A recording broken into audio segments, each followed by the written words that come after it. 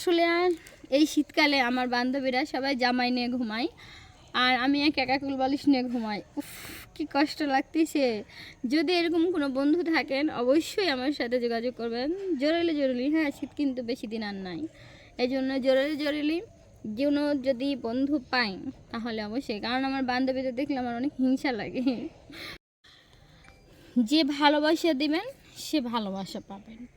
আর এরকম যদি কোনো বন্ধু হয় বা থাকে তাহলে অবশ্যই আমার সাথে যোগাযোগ করবেন। আমার সাথে যোগাযোগ করার জন্য এই ভিডিওতে একটা কমেন্ট করবেন বা শেয়ার অপশানে গেলে হোয়াটসঅ্যাপ নাম্বার পাবেন।